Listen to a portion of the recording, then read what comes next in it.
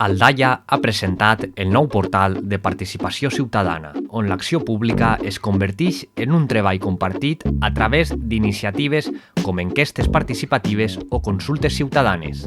El Pla Urbà d'Actuació Municipal és un document en constant procés de creixement que descriu les línies d'actuació del municipi per tal de complir, per una banda, amb els objectius municipals establerts d'acord amb l'Agenda 2030 i per l'altra, les prioritats futures respecte a obres i servicis en l'Agenda Urbana Municipal.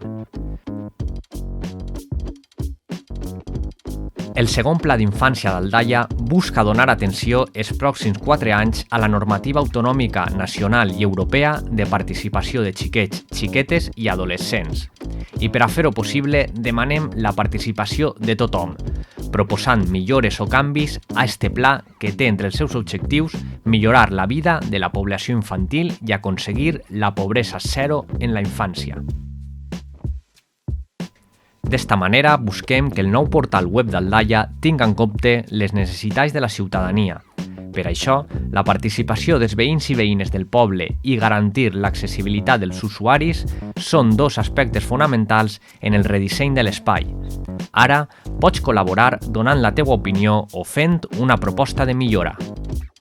No oblides que a partir d'ara tens molt a dir en els futurs projectes i accions del nostre Ajuntament. T'animes?